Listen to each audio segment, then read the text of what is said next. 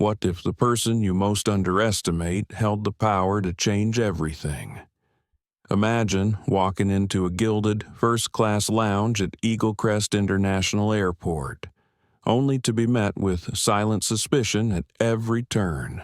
Who are these travelers really, and what unseen biases guide their every glance? When Nathan Caldwell, a quiet man in a charcoal jacket, steps forward with no fanfare, staff treat him like an imposter until the moment he reveals his true identity as the CEO of the entire airport network. What happens when the judge finally takes the stand? How far will someone go to protect their own privilege? And what price will they pay when the spotlight turns inward? These are not just questions of service. They're questions about who we see and who we refuse to see.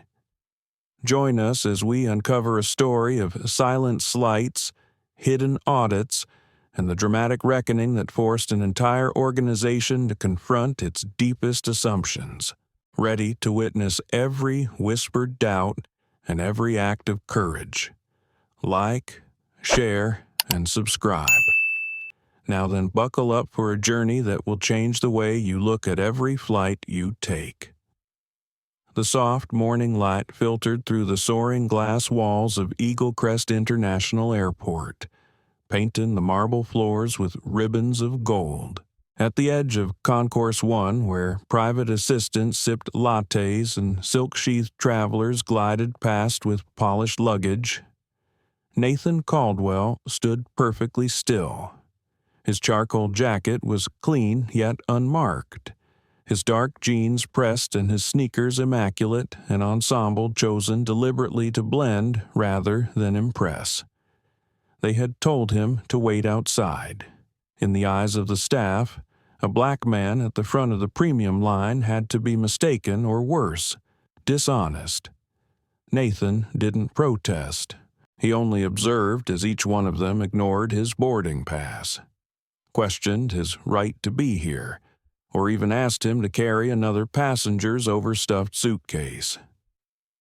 Behind their carefully cultivated courtesy lurked a conviction someone who didn't look the part could not belong in first class. What no one suspected was that this unassuming traveler was no ordinary guest. He was the chief executive officer of the entire airport network, moving incognito to see how they would react. He stepped forward and offered a polite smile to the attendant behind the polished marble counter. Her hair was pulled into a tight bun, and her nameplate read Sophie Reed. "Good morning," Nathan said. "I'm here to check in for Flight 370 to Coastal View. First class name's Nathan Caldwell." Sophie glanced down at her screen, then back at him, but her expression remained fixed in neutrality. She tapped at her keyboard. The pause stretched half a heartbeat too long.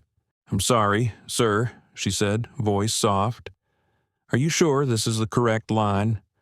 First-class check-in is for our premium passengers." Nathan raised a brow and folded his arms. Curiosity there, but no anger. "It is," he replied calmly. "That's me."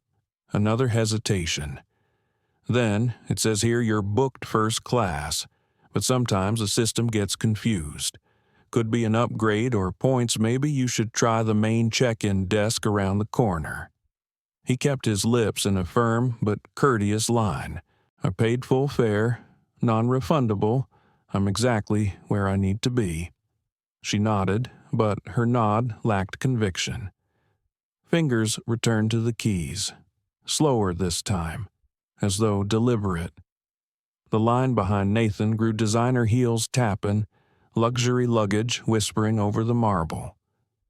A tall white man in a cream linen suit drifted forward beside him, monogrammed briefcase in hand. Without even looking at Nathan, he announced, "First class, Harold Pierce." Instantly, Sophie Reed brightened. "Mr. Pierce, of course you're headed to Zurich today." "Right one moment." Her fingers danced over the keyboard, a practiced show of efficiency. Nathan watched in silence, his calm eyes tracing every shift in her posture. This was not the first time someone had cut ahead of him. In his mind, the slow roll of injustice was familiar but always bitter. He cleared his throat. "Excuse me," he said, his voice measured. "You were helping me." Sophie turned, startled.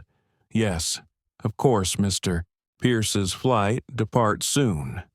"He doesn't," Nathan replied, nodding toward the departure board. "We both leave at 8:15. Her smile flickered. "I'm sorry, sir. I'll just need a few more minutes." He exhaled softly and took a step back, removing his phone to double-check the confirmation. Not because he doubted it, but because the act of doing so would unsettle them further. It would signal he was deliberate, precise, someone who belonged. Moments later, she printed Mr. Pierce's boarding pass, complete with a lounge invitation, and handed it to him with ease. Then, without skipping a beat, she turned back to Nathan as though he were the inconvenience. "Mr. Caldwell, everything appears to be in order." She slid his pass across the counter with the stiffness of grudged respect. "Boarding begins in 45 minutes. You may use the Aurora Lounge." He took the pass, held her gaze long enough that she would remember it. "Thank you," he said quietly, and walked away not toward the lounge, but to a quiet corner where the runway stretched out beneath towering windows. There. He opened his secure messaging app and typed 3 words, "Stage 1 logged." He didn't press send. First, he watched Sophie Reed laugh with the next passenger, an older woman in pearls and a pink sweater, oblivious to how tightly Nathan was gripping every detail.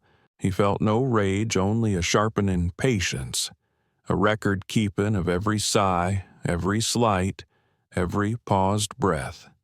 After all, he was not just auditing their service. He was documenting the unconscious bias that turned simple hospitality into a series of hidden barriers. When he finally moved again, it was with the quiet purpose of someone who knew exactly where he was going. He passed beneath the soaring glass atrium, each step echoing through the hush of privilege, toward the entrance of the Aurora Lounge, the most exclusive retreat in Eaglecrest International Airport. Inside, the luxury was unmistakable leather recliners, gourmet refreshments, soft instrumental music. But Nathan felt the shift in the air the moment he walked in. Conversations paused, eyes followed, an unspoken question hung above him like a neon sign. Who is he really? He didn't answer.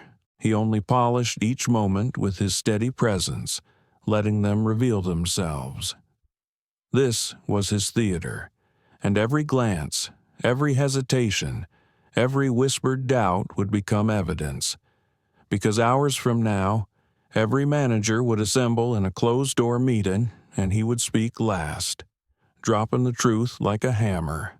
Until then, he was simply Nathan Caldwell, a passenger at first class watching them dig their own grave, one biased glance at a time. The glow of recessed lights above the imported hardwood floors cast a warm, golden hue across the entryway as Nathan Caldwell approached the sleek marble counter marked Aurora Access by invitation only. Soft instrumental melodies drifted from hidden speakers, perfectly timed to the hush of polished shoes and the gentle rumble of designer suitcases. Passing through the final security scanner, Nathan lifted his chin with quiet assurance. Every detail here, from the frosted glass panels to the brushed metal accents, was designed to underscore exclusivity. A young woman with a crisp uniform and a poised smile looked up as he neared.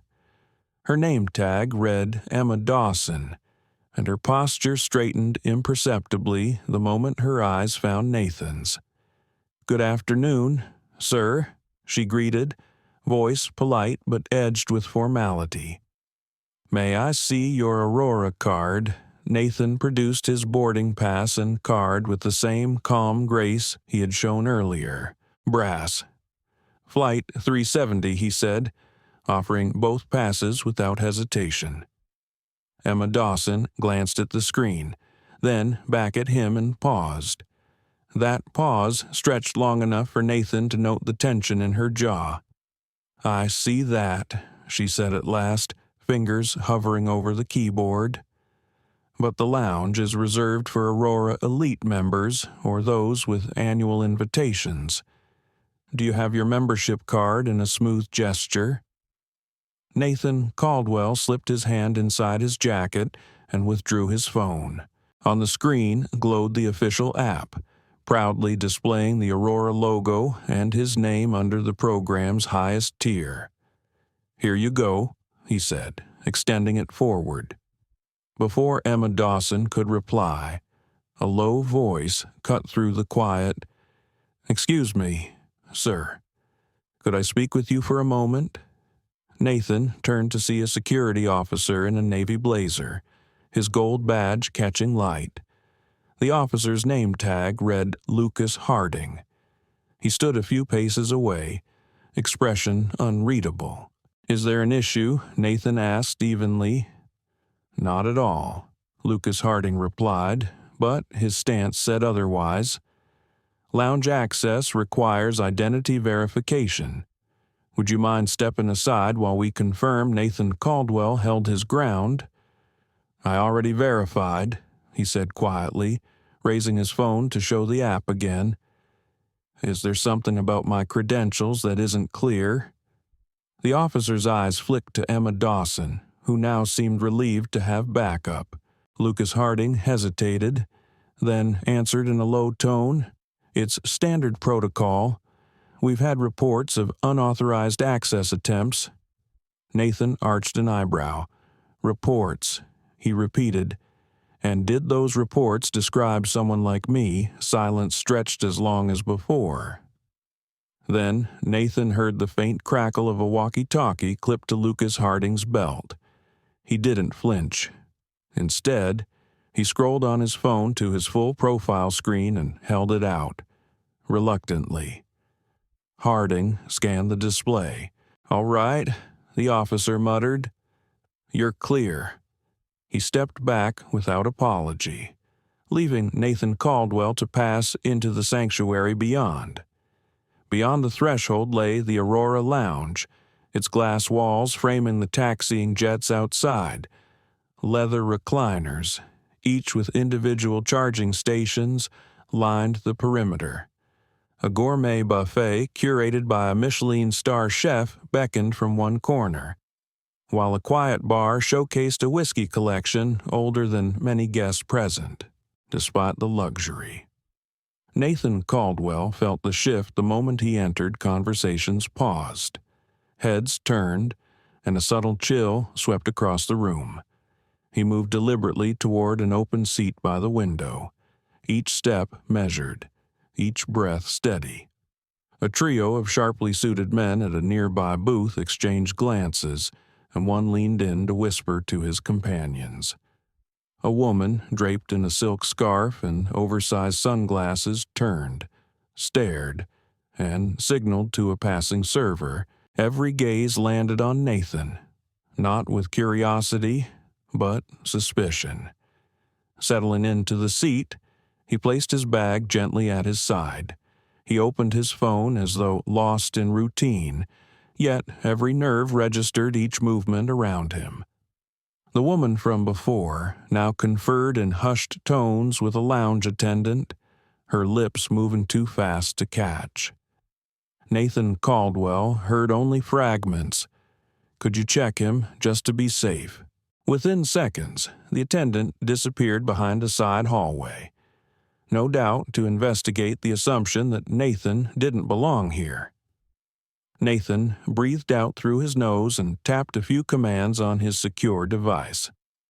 In a private folder, he opened the live camera feed from the airport's internal system access points most employees didn't even know existed. On screen, he saw himself seated calmly in the lounge, his posture unruffled. He saw Emma Dawson at her desk, Lucas Harding still lingering at the entrance, and the server returning as evidence of the whispered doubt. Across the room, another passenger rose and gestured animatedly toward Nathan Caldwell, then lowered his voice as if testing whether distance disguised contempt. Within moments, the same security officer, Lucas Harding, reappeared at the threshold, standing sentinel like an unspoken question. Nathan didn't look away. He allowed himself a quiet moment to observe how each person reacted, which angles cameras captured worst. His finger hovered over the next function in his app internal recording. One tap would silently capture every camera in the lounge for audit review, but he didn't need to engage it yet. He lifted a glass of water from the side table, sipping it with measured calm. Around him, the room rippled with invisible waves of discomfort and low murmurs. His phone buzzed once. A single encrypted message lit the screen. Behavior tracking confirms racial bias trigger within expected time frame. Do you wish to escalate? Nathan stared at the message without replying. His eyes drifted to the reflection in the window passengers framed against the tarmac, unaware of the experiment in progress.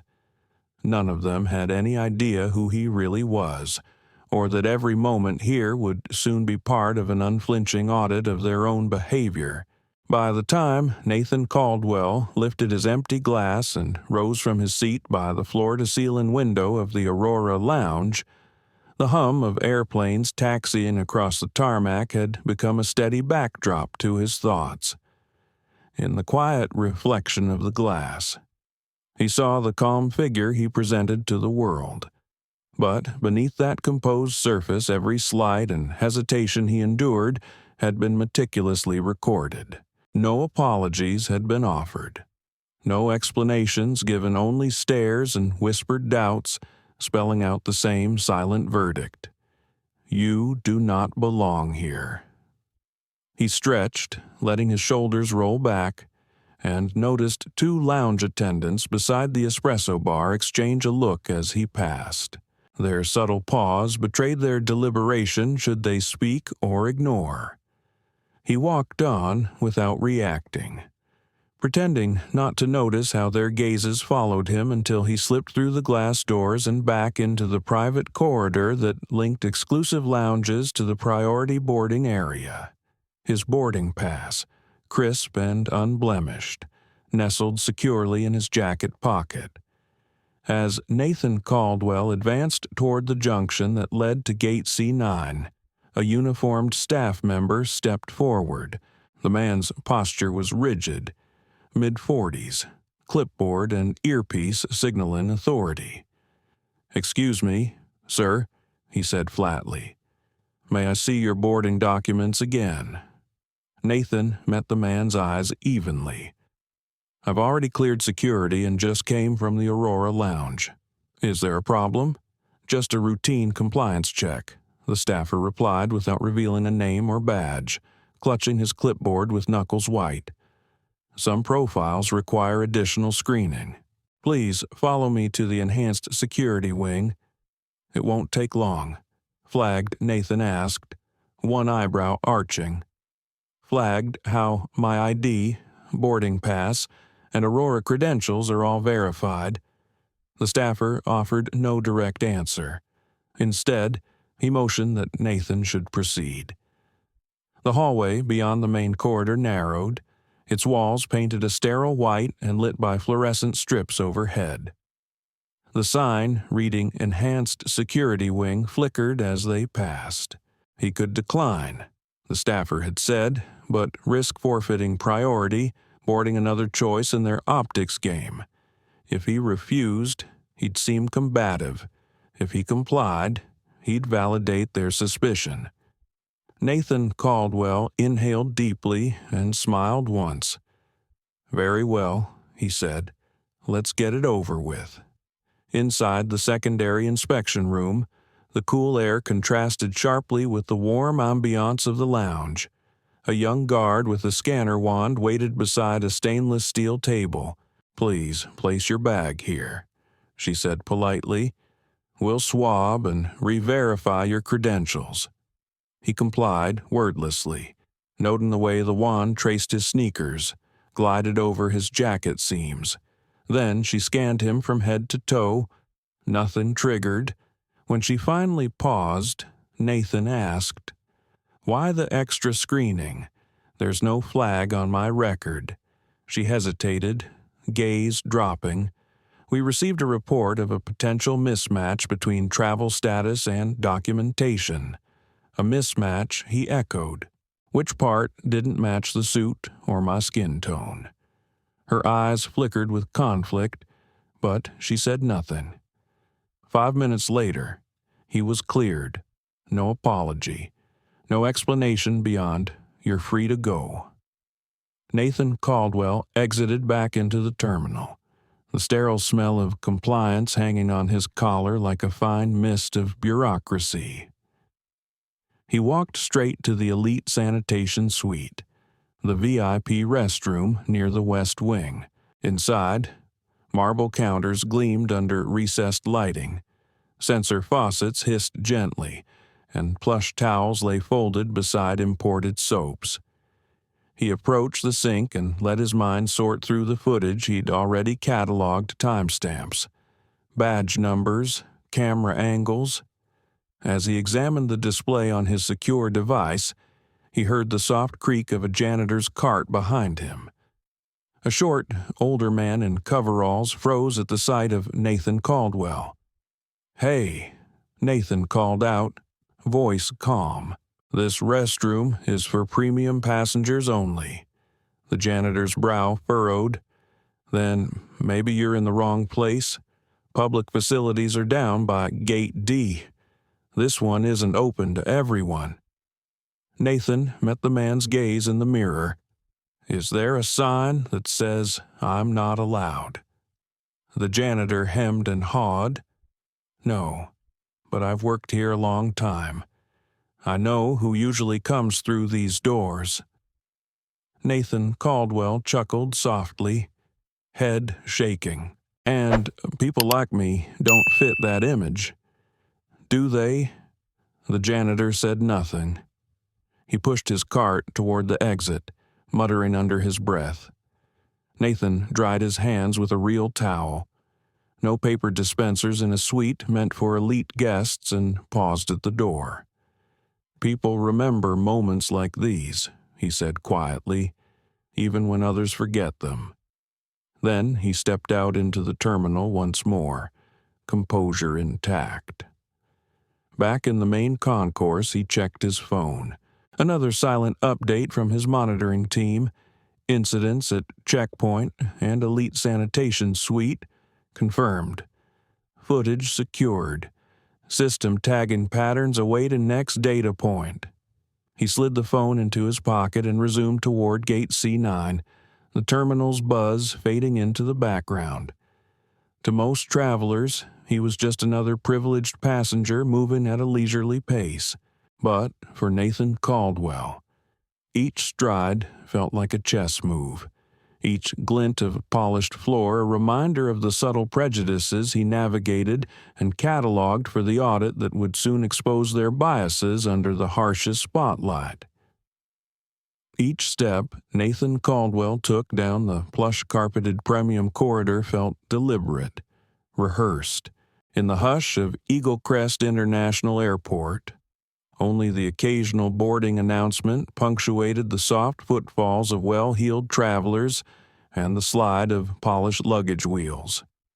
Here, glass and steel met imported woods in an architectural whisper, an environment designed to soothe rather than surprise. Yet for Nathan, nothing felt serene. Every glance, every soft hesitation from staff and guests alike added up to a pattern he knew too well. He paused briefly under a recessed spotlight, just enough to scan his surroundings. Ahead lay Gate C9, framed in brushed aluminum and backlit with a subtle gold hue reserved for first-class channels. Beyond that threshold waited Flight 370 to Coastal View, his ticket years in the making. His boarding pass glowed on his phone's screen Group 1, First Class, exactly as it should be, moving past the roped-off lane. Nathan Caldwell felt the tug of invisible currents, subtle resistances in the air like magnetic fields repelling his presence. He reached the gate counter with a measured calm, offering his pass in one smooth motion.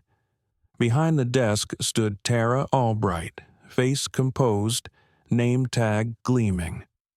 She scanned his barcode without urgency, yet when her eyes met his, her smile faltered for a fraction of a second.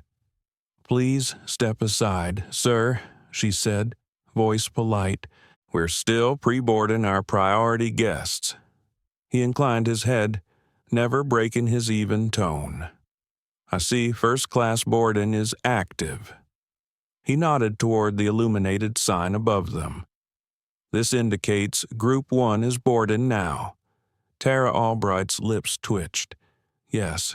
However, today we're prioritizing a few special guests. Please bear with us." No further explanation came. She would not look him in the eye. As he shifted slightly to the side, Nathan watched an impeccably dressed man emerge from the side corridor, 2 designer suitcases in tow. The man, mid-50s with salt and pepper hair and narrow sunglasses, paused beside him. "Like a bat here," he said abruptly. "Be careful with the brown one. It's got camera equipment." Nathan Caldwell's gaze remained steady. "Excuse me," he replied, hand still at his side. The man blinked, confusion creasing his brow. "Aren't you? You're not with Porter's staff?" he asked, voice clipped.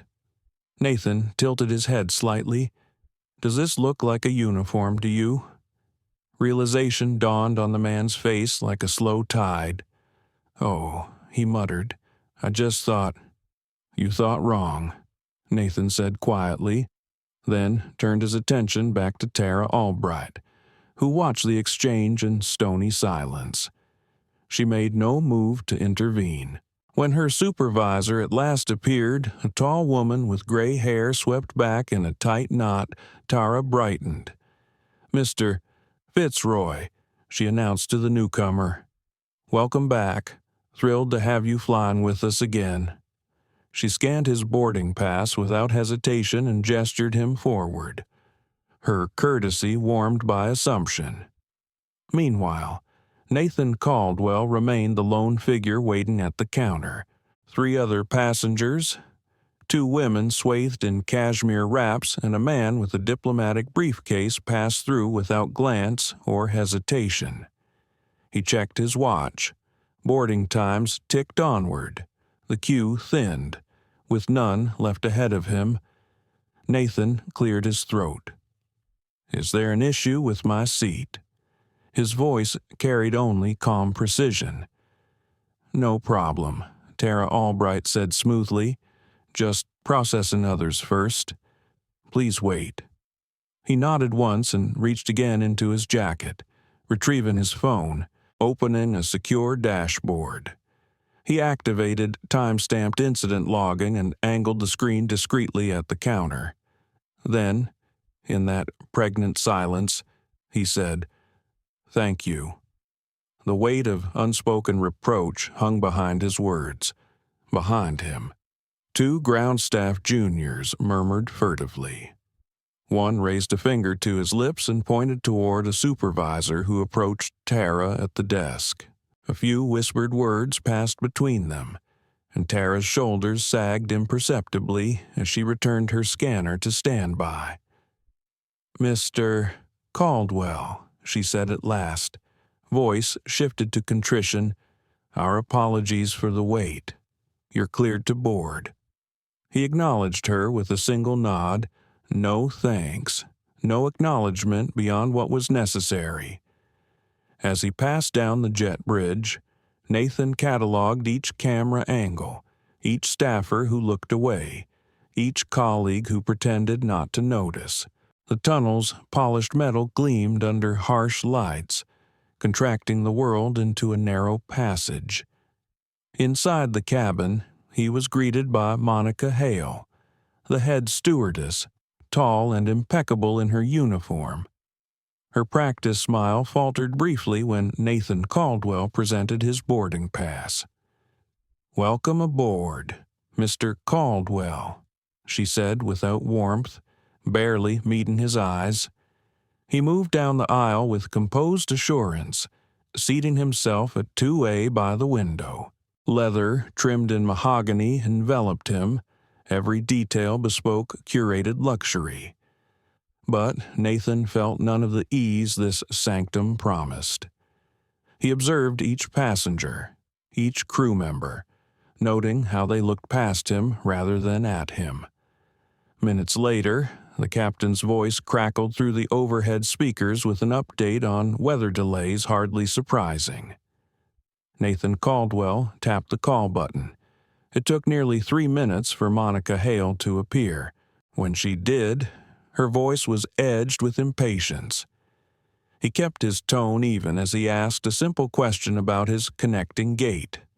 Her response carried a mocking lilt that was clear enough. "Gatey 2, are you sure English is your first language?" The cabin stifled a laugh. Nathan said nothing, only nodded and waited, unwilling to feed their cruelty. As the plane ascended, Nathan Caldwell leaned back and closed his eyes briefly. Every slight, each masked as protocol, had been documented: the porter assumption, the gate delay, the mocking question. But this was only one leg of his journey. The final reckoning lay beyond these walls, where those biases would be laid bare in full view of every manager and stakeholder. He opened his leather notebook and recorded one more entry: Gate C9 delay. Deliberate plausibility. Monica Hale's linguistic jibe flagged. He underlined it once, then tucked the notebook away. Ahead lay Coastal View. But for Nathan Caldwell, the true destination was the truth. Nathan Caldwell eased into the spacious window seat at 2A, the plush leather and mahogany trim enveloping him in first-class comfort. He lifted his carry-on into the overhead bin with precise care, then settled in, letting his eyes drift slowly across the cabin. All around him, fellow travelers adjusted their coats, sipped champagne, and reclined without a second thought, unaware of the scrutiny his presence had already inspired. He remained perfectly still, heartbeat steady, yet his mind catalogued every expression. The gentle chime of the seatbelt sign was followed by the flight attendant's soft announcement: "Ladies and gentlemen, due to ongoing weather delays in the Midwest, connecting gates at Coastal View Airport may be reassigned. Please check the monitors upon arrival or consult a gate agent for updates." Nathan tapped the call button. 3 minutes later, Monica Hale arrived, her practiced smile in place, but her eyes betraying a flicker of impatience. "Yes, Mr. Caldwell," she asked, voice bright yet clipped. "When we land in Coastal View, my connecting flight is through Gate D12. If that gate changes, can I confirm with you before disembarking?" Nathan asked evenly. Monica Hale blinked and tilted her head with exaggerated slowness. "Gate D12, she repeated, stretching the numbers as if tasting the challenge. She leaned toward a colleague arranging drink service. "Did you hear that? Gate D12, she whispered. The other attendant smirked behind her sleeve. Then Monica chuckled low enough that only Nathan and her colleague could catch it.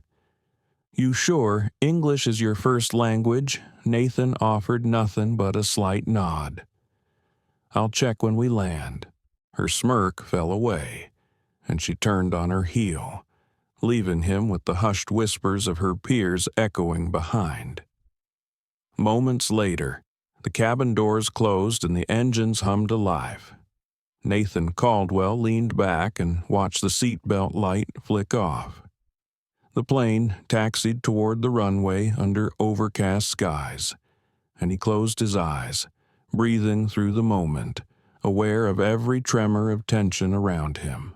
As the aircraft lifted into the air, a tall man in a Navy suit emerged from the galley, his gold-embossed lanyard marking him as Richard Montgomery, a senior operations executive. He paused near seat 1D and bent to speak with a passenger sipping bourbon. Their voices were low, but Nathan caught the distinct phrase, "I don't know how people like that slip through our filters." The insult was delivered casually, with no direct eye contact. Oliver Bennett, the businessman, chuckled and tapped his glass against the credenza. Nathan heard it and exhaled softly. This was no accident. It was a probe, an attempt to see how far they could push him. He opened his leather-bound notebook and scribbled a code phrase Montgomery's slip, bias marker 1729CV. Under it, he noted the timestamp. Each microaggression was being recorded in real time by the audit team 3 floors below. The flight leveled off, and a flight attendant offered him sparkling water. He accepted without speaking, eyes fixed out the window as clouds drifted past like shifting stage curtains. Beyond the curtain behind him, the economy cabin carried on unnoticed families playing games, children laughing, no whispers there, no curated exclusions, just humanity in motion. Inside first class, he watched the pulses of silent cruelty, a forced smile here, a sidelong glance there. When Monica Hale passed his seat later to offer earphones, she hesitated as she extra carefully placed them on his tray table, only to deliver them to other passengers without a second thought. He noted it in his book, Hale Hesitation. Courtesy delay 1731 CV. Nearly 2 hours later, the captain's voice announced their descent into Coastal View Airport. The landing was smooth, and Nathan Caldwell remained seated until everyone else had gathered their belongings. He moved slowly, letting coats and briefcases pass ahead of him, turning each delay into data. When the cabin cleared, he stood, straightened his jacket, and stepped into the jet bridge. The cool tunnel contracted his world to a narrow glide toward the terminal. Emerging into Concourse 5, he followed the signs to the Priority Transfer Lounge, a discreet enclave where connecting first-class travelers recheck their tickets. A young attendant greeted him at a glass-paneled desk. "Good afternoon, sir. May I have your boarding details?" Nathan produced his phone once more. "Here's Flight 580 to Northfield," he said. "Priority boarding." The screen glowed with the digital pass, full name and priority badge displayed. The attendant frowned and glanced at a printed manifest on the counter. "We're prioritizing printed passes for this transfer leg. Our scanners haven't been fully updated for digital formats." Her tone was neutral, but her eyes lingered suspiciously. Nathan raised an eyebrow. "Your website advertises paperless boarding as a premium feature." He paused. "Would you like me to resend a PDF for printing?" There was a stuttered pause. Behind her, a supervisor emerged, Emma Waller, guest services manager. She offered a polite nod. "I apologize for the inconvenience. Please allow me a moment." She disappeared into the back office.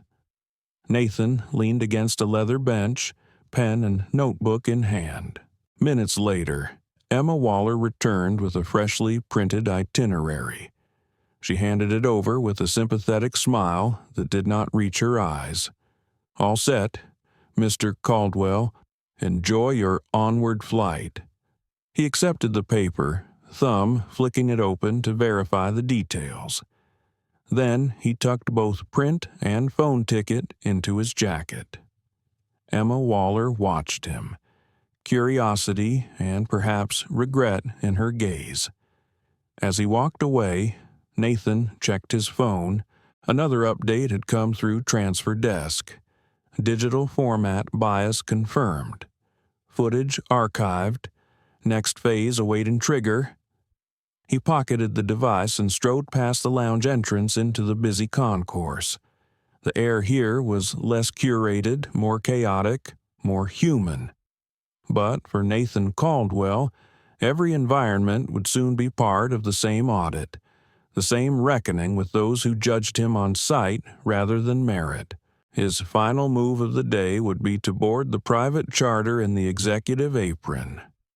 Until then, he carried with him a ledger of each slight, each hesitation, each whispered doubt.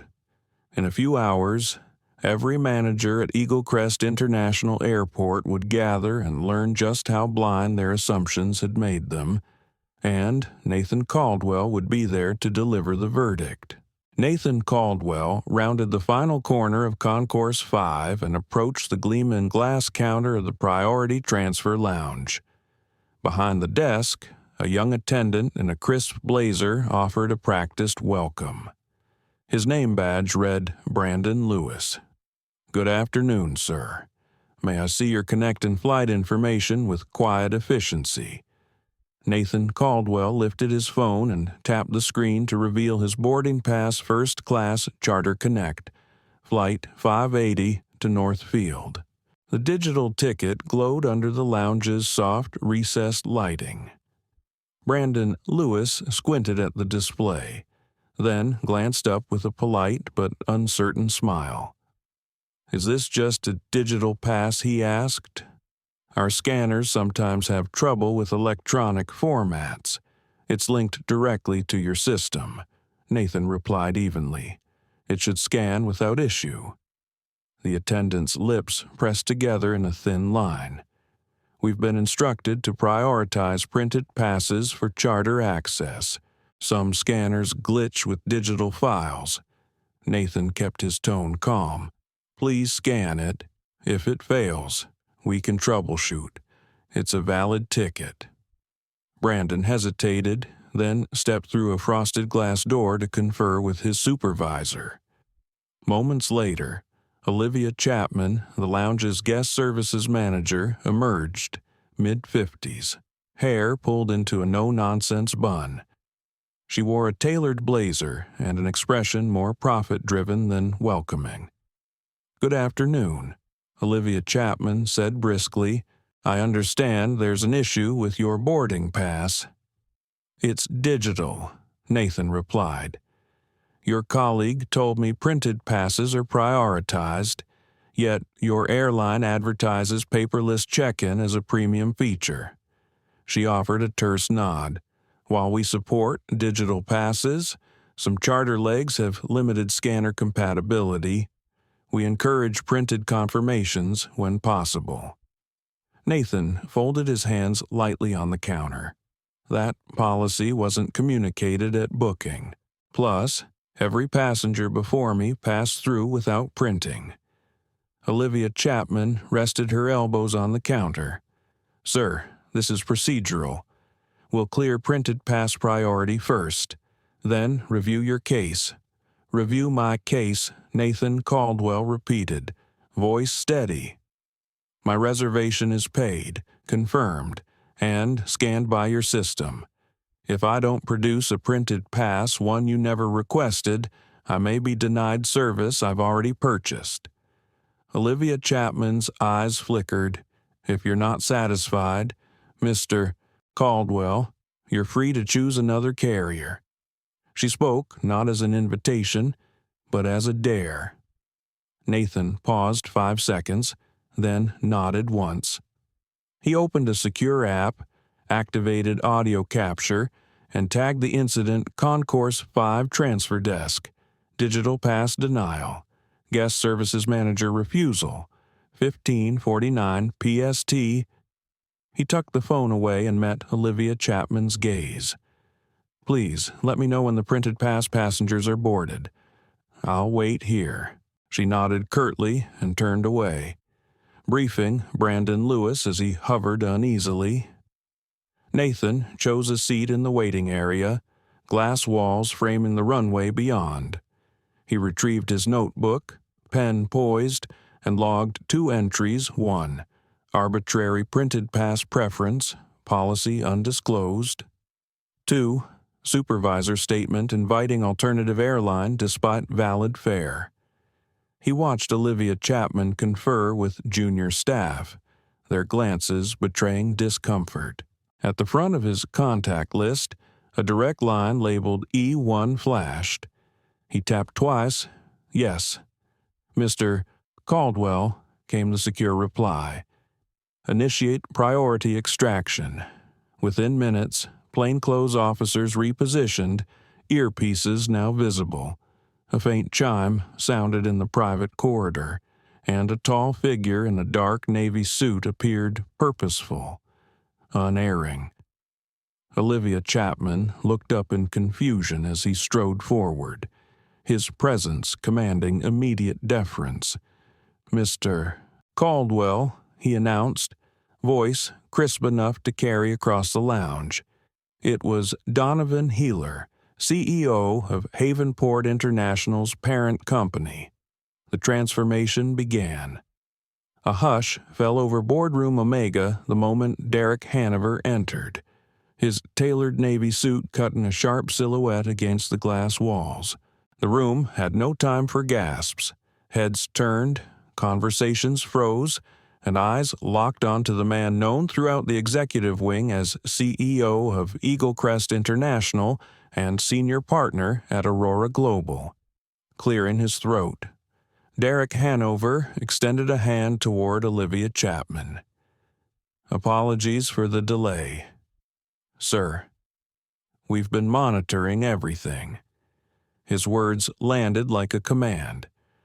Olivia Chapman went pale, her composure slipping as the gravity of the moment hit her. Derek Hanover did not offer her comfort.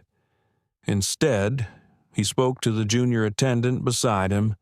"Please remove her credentials and escort her to Compliance Office 3 immediately." The young employee froze, then obeyed, guiding Olivia Chapman away as she muttered, "You didn't ask." She did not look back. Derek Hanover turned to Nathan Caldwell, voice dropping to a private tone.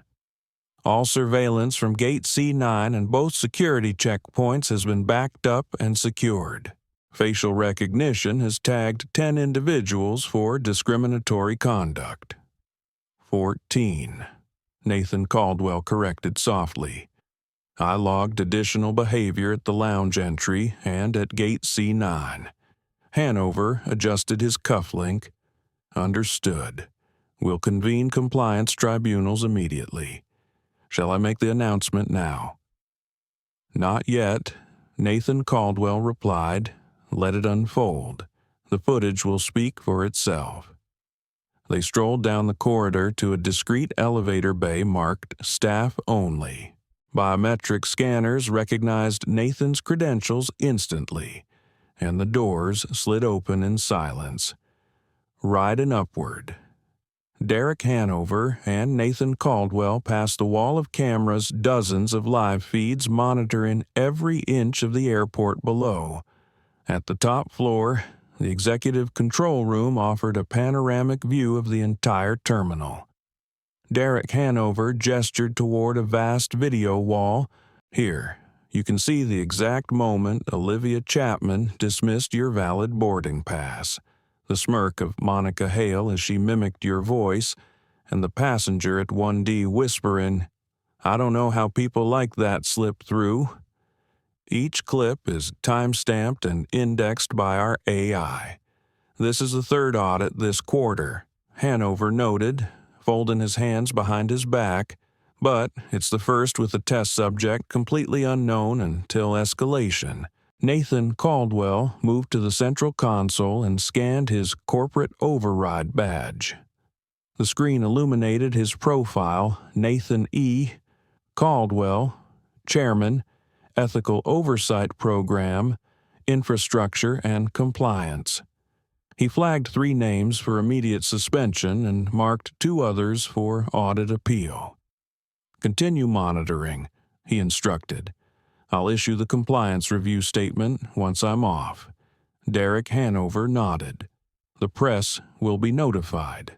As they exited the control room, alerts began cascading through the airport's internal channels. Credentials deactivated, HR queries launched, and urgent invitations sent to all department heads. Within 20 minutes, Boardroom Omega buzzed with palpable tension, mandatory arrival within 15 minutes. No context provided. No one yet knew who would answer for their actions. But every manager would soon face the consequences of the biases they'd thought invisible, not because I was unruly or aggressive. Nathan Caldwell began, his voice calm but resonant. "But because I didn't match the image in your minds of who belongs in first class."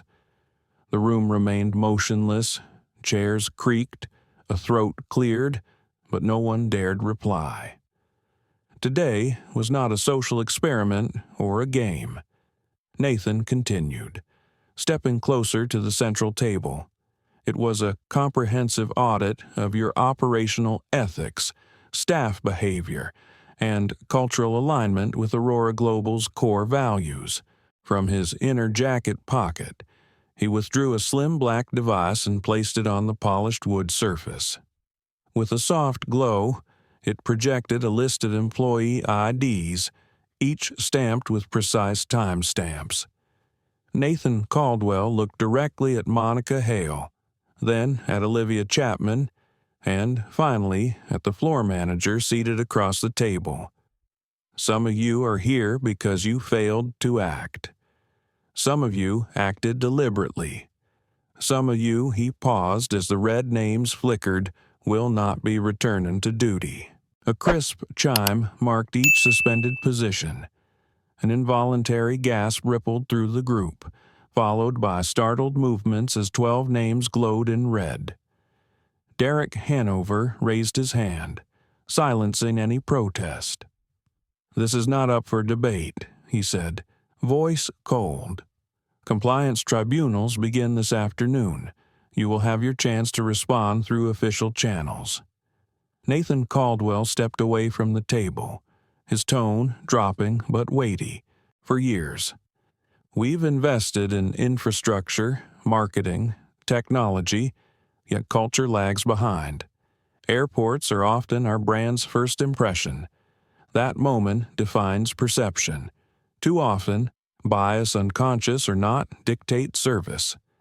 Assumptions decide who we treat as a customer and who we treat as a problem." Monica Hale lowered her gaze. Olivia Chapman did not flinch. She stared at Nathan as though seeing him for the first time. "This audit wasn't about dress codes or ticket class," Nathan said, turning to face everyone. "It was about instincts. Who do you smile at first? Who do you doubt?" Silence fell like a blade as the question hung in the air. "Most of you never studied for this test, but some of you failed the moment I walked through the door, not with your words, but with your eyes." A few chairs shifted. No voices rose. Derek Hanover stepped forward, effective immediately. "We're instituting mandatory retraining in cultural sensitivity, ethical engagement, and anti-bias reinforcement. Managers who fail to set the proper tone will also be reviewed." He paused, then added, "Expect new leadership assignments within 36 hours." Nathan Caldwell returned to the device and keyed in one final note beneath the flagged list secondary review team to audit systemic culture across partner units. He tapped to save, then surveyed the room. This isn't about punishment. It's about alignment. When service culture drifts this far off course, correction must be public and visible. Less than 24 hours later, Eaglecrest International Airport had shifted tone. No press release heralded the change instead. Silence spread through break rooms and hallways. Team leads refreshed conduct memos. Staff were called to retraining briefings, and managerial reports underwent historical behavior reviews. By sunrise, the 12 suspended employees had vanished from active rosters, but repercussions rippled deeper. In the operations dispatch office, 3 floors below Concourse 4, a group of former premium staffers stood in gray uniforms, watching orientation videos on cargo safety and chain of command protocols. Among them was Monica Hale, the once impeccable flight attendant who had sneered at Nathan Caldwell, now in steel-toed boots and a fluorescent vest labeled Ground Support Trainee. She remained motionless as the trainer spoke. Beside her stood Ethan Brooks, the former Aurora lounge clerk who had whispered doubt about Nathan's place, clipboard in hand. He ticked off inventory tags for cabin cleaning supplies, his expression guarded. No one spoke. The uniform stripped status away, forcing them to confront the hierarchy they once enforced. Meanwhile, in the executive training center above Concourse 4, a different story unfolded. At the head of a fresh training team sat Grace Emerson, the security assistant whose quiet professionalism had gone unremarked when Nathan needed help. That act, unassuming yet sincere, had been logged, reviewed, and flagged not just for decency, but for consistency. Now, wearing a tailored blazer with an Aurora Global lapel pin, Grace Emerson sat beside senior human capital officers, helping pilot a new ethics training module. When asked about her approach, she said, "I saw a person in need of clarity, not a threat. Professionalism isn't about recognition. It's about default respect." In a corner office, Derek Hanover reviewed the outcome report, 12 suspensions, 5 reassignments, 3 pending appeals, and 1 fast-tracked promotion. He leaned back, satisfied, then switched screens to watch AI-analyzed footage detecting microaggression patterns. All expected except one outlier. Grace Emerson's clip showed no hesitation, no spike in tension. Her empathy was baseline. Back in dispatch, Monica Hale stared at a compliance notice in her inbox. Final review, scheduled behavioral restoration pathway eligibility. She wondered if redemption was possible. Outside Concourse 1, a digital billboard quietly displayed Aurora Global's new integrity campaign. Culture reflects the world we serve. Beneath it, a montage depicted genuine kindness in airports helping disabled passengers, guiding children, and among them, a blink and you'll miss it shot of Grace Emerson offering a water bottle to a weary traveler. Above it all, unseen by most, the culture had shifted not only in policy, but in how people greeted newcomers and checked their own assumptions. And somewhere in the heart of Eaglecrest International, Nathan Caldwell knew the real work had just begun. Grace Emerson sat at the head of the training room, her name badge now reading Specialist, Human Culture and Onboarding Development. Around her, senior human capital officers reviewed the pilot presentation she had helped draft. One manager leaned forward. "Impressive work," he said.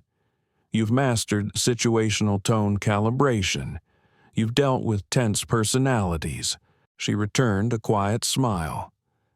"Everyone handles pressure," Grace Emerson replied softly. "But that doesn't mean we lose our humanity." She paused, eyes sweeping the room. Sometimes doing the right thing isn't about knowing who someone is. It's about choosing not to assume who they're not. Across the hall, Derek Hanover sat in a glass-walled office overlooking the terminal.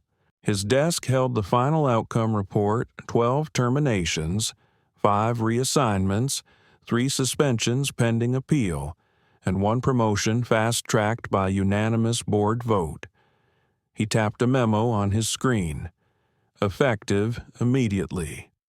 Aurora Global would adopt Grace Emerson's training structure as the baseline protocol for all North American partner airports.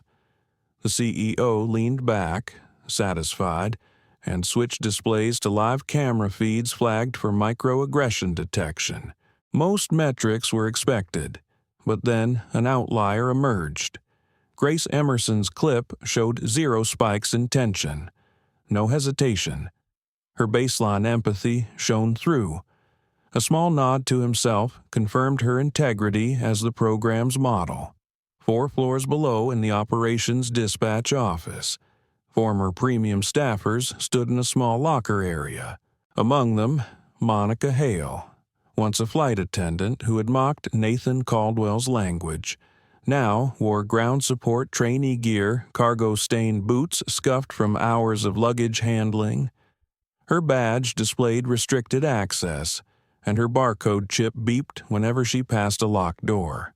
She stared blankly at her phone, where notifications blinked reassignment orientation, medical compliance updates, then one unread message, final review scheduled with compliance director subject behavioral restoration pathway eligibility. Her thumb hovered uncertainly. Could she reclaim the respect she'd taken for granted beside her? Ethan Brooks, the former lounge clerk who had whispered that Nathan Caldwell didn't look the part, held a clipboard full of inventory checklists when a co-worker bumped into him without apology. He said nothing, an unspoken lesson etched into every gray uniform he now wore. Back in Concourse 1's atrium outside the lounges, a silent digital billboard displayed a new Aurora Global Integrity campaign, "Culture reflects those we serve."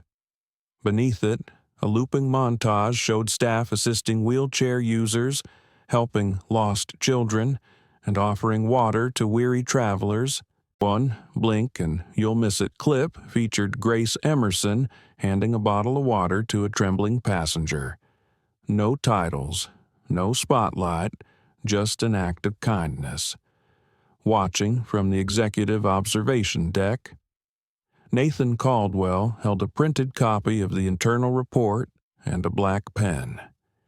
He circled one sentence midway through. Behavioral shifts are most effective when consequences pair with recognition. Failure must be corrected, but grace rewarded.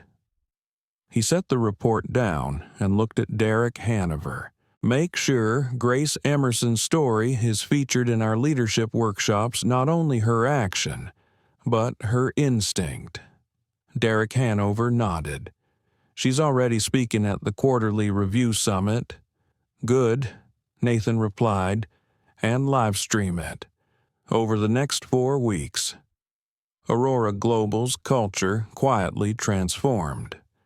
Staff greeted each guest without a glance at attire first.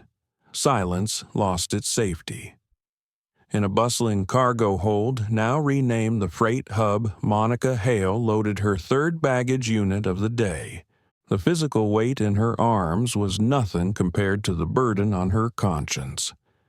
Meanwhile, in a soaring glass hall overlooking the western skyline, the Aurora Global Leadership Summit convened. Regional managers, operations directors, flight crews, and ground personnel filled the auditorium, each wearing Navy lanyards embossed with silver lettering. The event was not a celebration, but a reckoning, an opportunity to reset. In the 3rd row sat Olivia Chapman, once guest services manager at Eaglecrest International, the woman who had told Nathan Caldwell to fly another airline if he disliked their policy.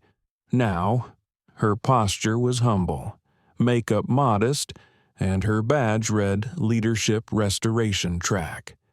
She had arrived early, avoided small talk, and taken meticulous notes through every presentation. The past month had tested her resolve. After suspension, she'd been offered 2 paths: formal dismissal or enrollment in Aurora Global's Restorative Ethics, training a 4-week immersion in cultural humility, service rehabilitation, and transparent accountability.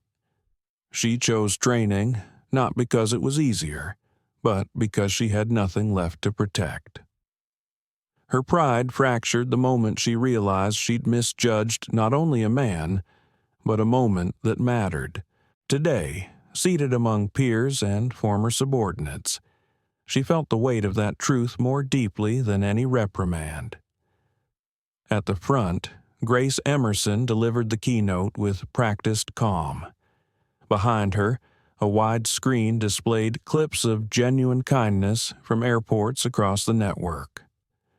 Moments that had gone unnoticed before now shone an attendant guiding a blind passenger, a ramp agent helping an elderly traveler.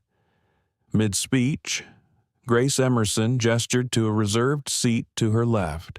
This program works only if we believe learning never stops, and that dignity isn't earned by status, it's given freely because it's human. A hush fell. Olivia Chapman rose and walked toward the stage, gripping a note card but never once referencing it. Her voice trembled at first. 1 month ago, I told a man that if he didn't like our policies, he was free to leave. I didn't shout or curse. I simply failed to see his humanity. Her words hung in the air. A single tear traced her cheek. That day, I looked at someone who didn't fit my mental image of a first-class passenger and chose bias over kindness. They could have fired me and they would have been right. Instead, they offered me a path to learn, and I chose it. The audience remained silent until Nathan Caldwell climbed the steps beside her. He did not speak until he faced both Olivia Chapman and the crowd. Forgiveness isn't forgetting, it's choosing to remember without letting the past define us. It's believing in second chances because compassion changes hearts. He turned back to the audience. There will be those who say she doesn't deserve this platform. A month ago, they'd be right. But leadership is responsibility. Taking responsibility isn't weakness, it's strength. I don't want a company that merely avoids lawsuits. I want one that changes lives. The room broke into genuine applause, steady, heartfelt, unforced. Above the stage, the summit's slogan glowed, "Integrity in every interaction." In that moment, every person there felt the weight of the day's lessons. Culture had shifted not only in policy, but in the very way they would see the world and each other going forward.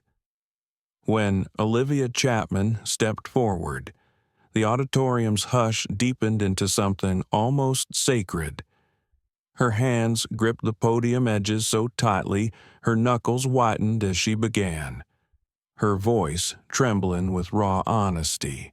"I didn't break any rules," she said, eyes lifting to meet those of her peers. "But I failed." She paused, swallowing, then continued with practiced grace. Because sometimes failure isn't loud, it's quiet, it's in how you look at someone, it's in who you choose to believe. That day, I looked at someone who didn't fit the mold in my mind of who belongs in first class. A single breath followed. I saw what I wanted to see, not what was true. That man didn't just belong there, he owned the space I thought I was protecting, and instead of being curious or kind, I became a gatekeeper. I thought I was upholding standards, but what I really upheld was bias. A murmur rustled through the crowd. One junior staffer dabbed at an eye, Olivia Chapman steadied herself. They offered me a way out. They could have fired me, and they would have been right. But instead, they asked if I wanted to learn, and I did. Because people aren't static, and redemption isn't just a word. It's a path. If I'm here today, it's because someone believed that even those who fail deserve a chance to get it right. She stepped back, expecting neither applause nor condemnation. For a moment, the room held its breath, reflection or unresolved tension. Then, from the edge of the stage, Nathan Caldwell rose. He walked with deliberate calm, every step measured as though marking a rhythm. He stopped beside Olivia Chapman and looked at her. Not past her, but at the microphone she'd just relinquished. "Forgiveness," he began, voice steady, "isn't forgetting. It's remembering without letting the past control us. It's saying, I saw what happened, and I still believe we can build something better." He turned toward Olivia Chapman, his gaze softening. "I believe in second chances, not because I'm soft, but because I've lived long enough to know judgment alone doesn't change people. Compassion does." He squared his shoulders and addressed the audience. "Some will say she doesn't deserve this platform. Maybe a month ago, they'd have been right. But leadership isn't just reward, it's responsibility. Taking responsibility isn't weakness, it's strength. I don't want a company that merely avoids lawsuits. I want one that changes hearts and that only happens when we let people fall and rise again." Silence followed. Then a slow ripple of understanding began to swell. Not the frantic applause of obligation, but genuine, measured recognition. Olivia Chapman's eyes glistened. A single tear slid down her cheek, not for sympathy, but for transformation.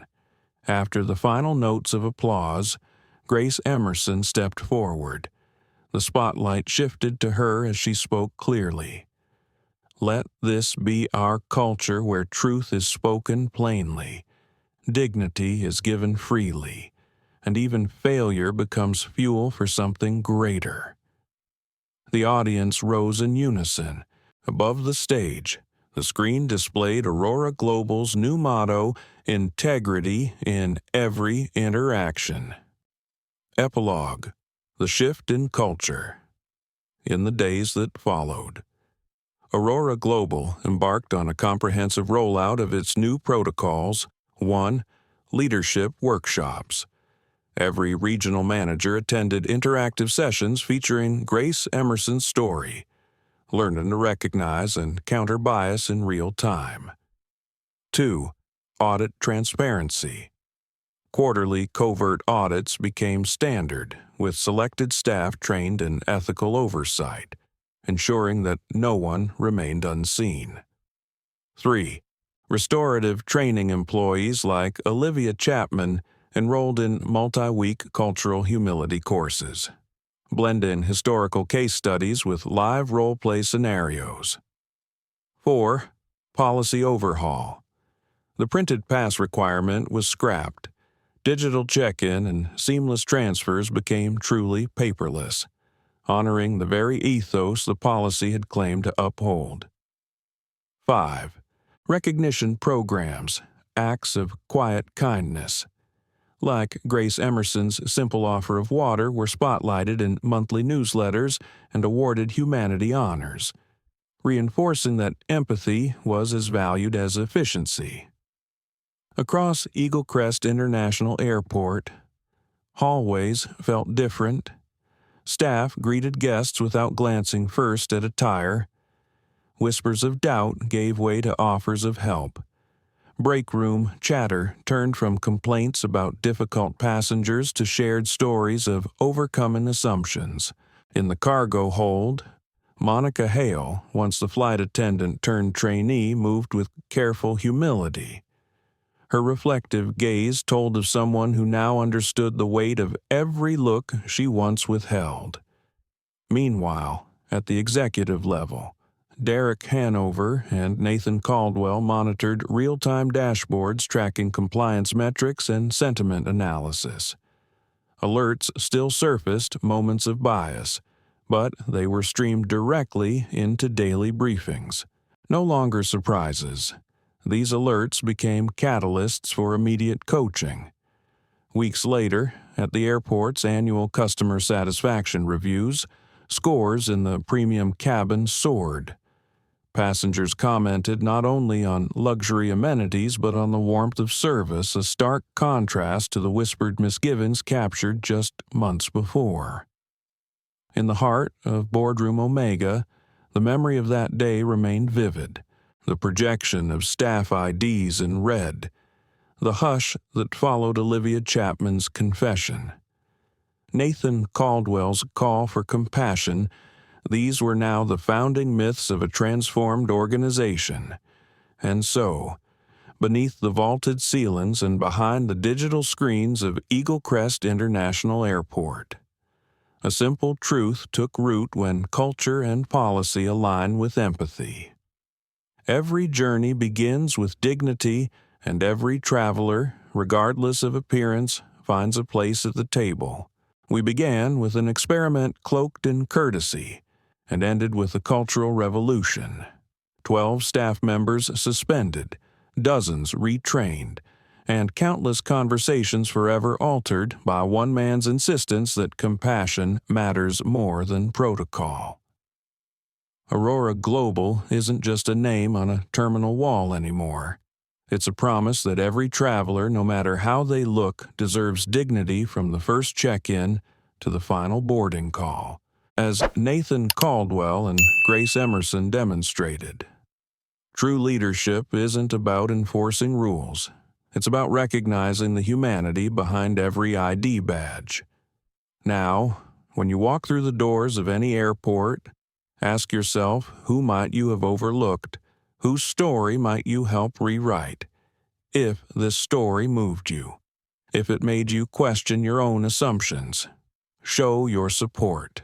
Like this video, share it with someone who needs to see it, and subscribe for more powerful narratives that challenge the way we see the world, one flight at a time.